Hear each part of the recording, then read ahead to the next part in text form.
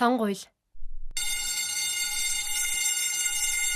Хүүхдүүдээ, та нар сонгуйл гэж юу болохыг мэдэх үү? Санал өгөх гэж юу вэ?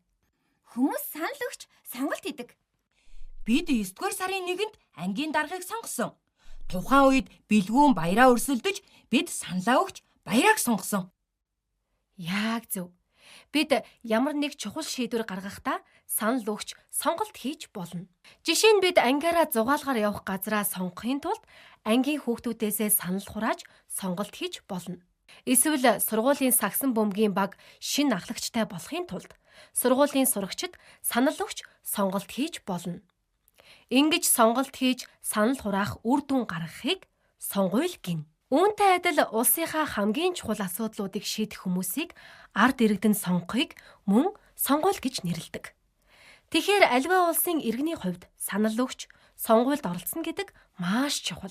Бид сургууль дээрээ сонгуул хийдэг шиг улс орны хэмжээний эсвэл орон нутгийн хэмжээний сонгуулиуд байдаг.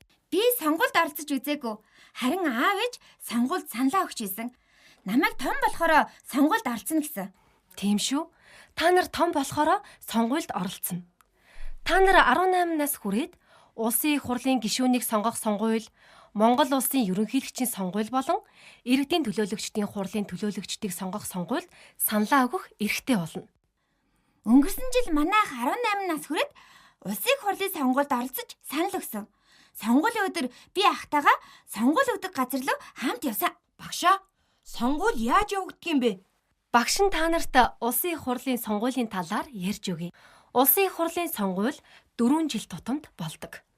Улсын их хурлын сонгуулийн өдөр манай улсын иргэд өөрсдийг нь төлөөлж хууль батлах, улс орны чухал асуудлыг шийдвэрлэх төлөөлөгчөө сонгохоор саналаа өгнө. Санал хураалт болохын өмнө нэр дэвшигчид сурчлагаагаа хийж өөрсдийн хийхээр төлөвлөж байгаа ажлаа танилцуулдаг шүү дээ. Тэднээс хэнийг сонгохоо иргэд өөрсдөө чөлөөтэй шийдэх эрхтэй. Сонгуулийн өдөр иргэд өөрсдийн төлөөллийг сонгохоор санал авах байранд очино. Танаа гэртээ ойрхон санал авах байрыг ихэвчлэн сургууль цэцэрлэгийн байранд бэлтгэсэн байна. Саналаа өгөхийн тулд эхлээд иргэний үнэмлэхээ үзүүлэх эсвэл хурууны хийгээр бүртгүүлнэ. Үүнийг хардаа. Энэ бол саналын хуудас. Саналын хуудасаа аваад санал өгөх бүхээг рүү очино. Санал өгөх бүхээг нь иргэдийг саналаа нууцаар өгөхөд зориулсан бөгөөд хэн нэгний нөлөөгүйгээр сонголтоо хийх боломжийг хангаж байгаа хэрэг юм. Саналын хуудсан дээр нэр дэвшигчийн нэрийг бичсэн байна. Сонголтоо хийхдээ хэн нэгний дарамт шахалт ятгалханд оролгүйгээр өөрийнхөө дэмжиж буй хүнийг чөлөөтэй сонгоно. Үүний дараа саналын хуудасаа санал тоолох машинд уншуулна. Ингээд бүх саналыг тоолсны дараа хамгийн их санал авсан нэр дэвшигч сонгогдож биднийг төлөөлөх шинэ төлөөлөгчөөр тодордог. Тэгвэл сонгуульд орцно гэдэг маш чухал зүйл байна. Даанч бид 18 нас хүрэхээс нааш оролцохгүй юм байна дөө. Сонгуул бол ардчлалын амин чухал үнэт зүйл бөгөөд бид ирээдүгээ шийдэж буй хэрэг юм. Хэдийгээр улс орны хэмжээний сонгуульд 18 нас хүрч байж оролцож болох ч энэ нь чамайг бусад төрлийн сонгуульд оролцож болохгүй гэсэн үг биш шүү дээ.